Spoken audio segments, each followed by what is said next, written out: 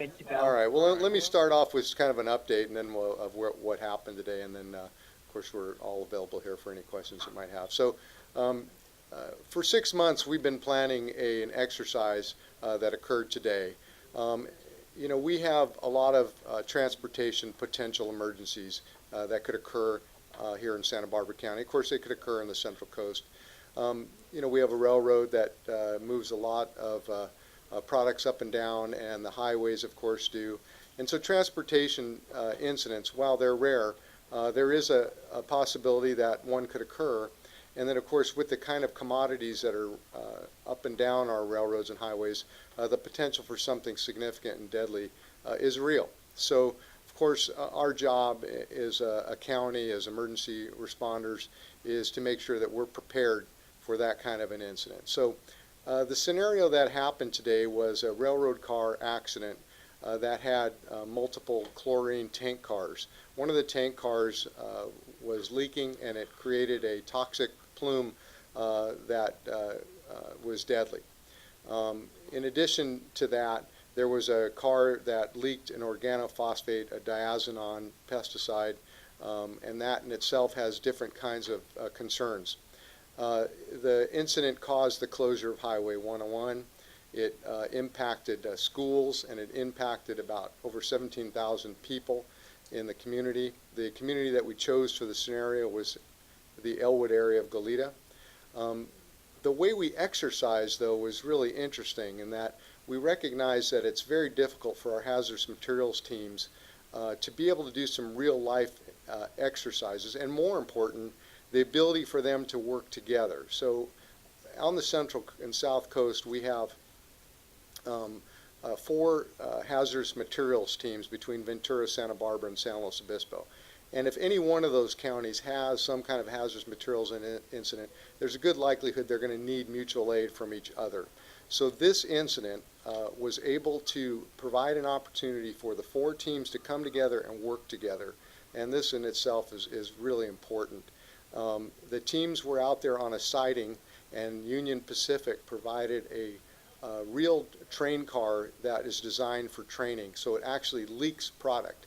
And so the hazardous materials teams got to do that. Out there also in the field, we put into action our county incident management team. They're a team of interagency folks from throughout Santa Barbara County that are used, and they've been used quite often on the emergencies that we've had this year and other years, such as the Sherpa Fire and the Ray Fire. That team is trained personnel that come together and manage the incident within just a matter of an hour or two after an incident occurs, an hour or two after they've been called into action. Further, the Emergency Operations Center here in Santa Barbara County, where I'm speaking right now, was also pressed into a full-scale operation. And we had about 60 people working here at the EOC.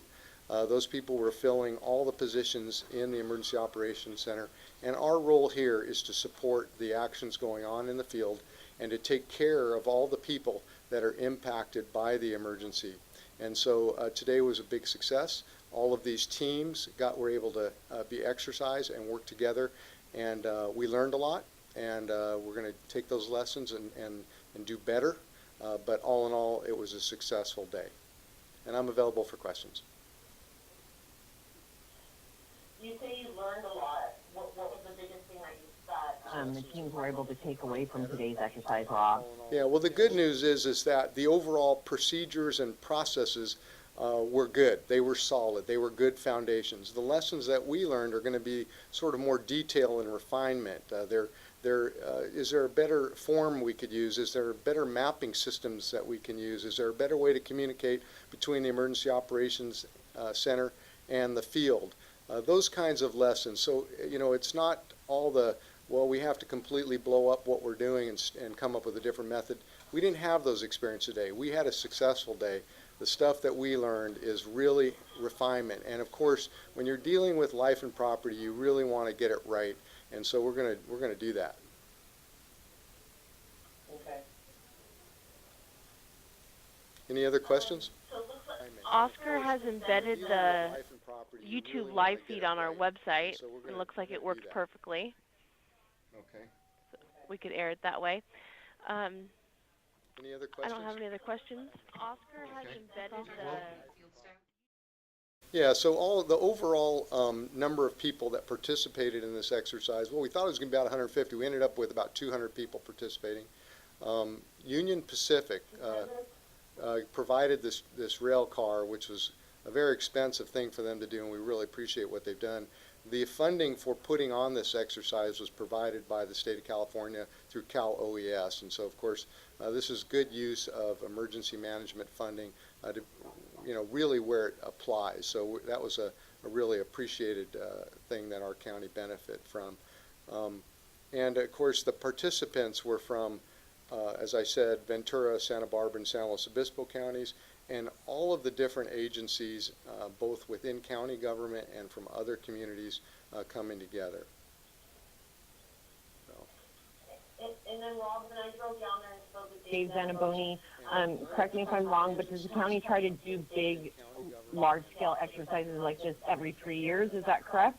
Well, last year we also did a pretty good size exercise, but it didn't involve the field part of it. So 3 years, that would be a great goal to achieve. There obviously are a lot of moving parts to it, and of course it does involve a lot of agencies having to squeeze their operational dollars to put it into action. But obviously it's an important thing to do. We exercise every year at least 3 or 4 tabletop level exercises up to at least an EOC activation exercise, and then we do these full-scale ones probably about every 3 years. Okay. And so again, kind of communication between all of the moving parts, everybody, that's something that you'll take away and work to improve. I'm not trying to put words in your mouth, but I just want to make sure that I understood what I heard. Yeah, so we live in a changing environment on the need for information. Not in the old days, 30 years ago, in the early parts of my career, the focus was all about the emergency. But nowadays, it isn't enough just to focus on the emergency. We have to focus on being able to providing accurate information rapidly to the community. The communities have a higher expectation now of information, and we've got to do that. We can do well in mitigating an emergency, but if we don't convey a message of what's going on that's completely transparent and give good awareness, we could easily miss what's necessary in this environment we live and work in now. So the answer to your question is we have to modernize and make sure we're communicating in the 2017 and not in the past. Okay? Is there anything else I can offer up? Okay, we really appreciate you helping us out with this, and again, we know we're in a partnership with you, that without the media delivering the important message that the community needs to get, we're not going to get anywhere. So thank you for all you do. Thank you, Rob. I appreciate it. Thank you, Gina. Thank you, guys. Okay, have a good day. Thank you, bye. You too. Thanks, guys. Bye.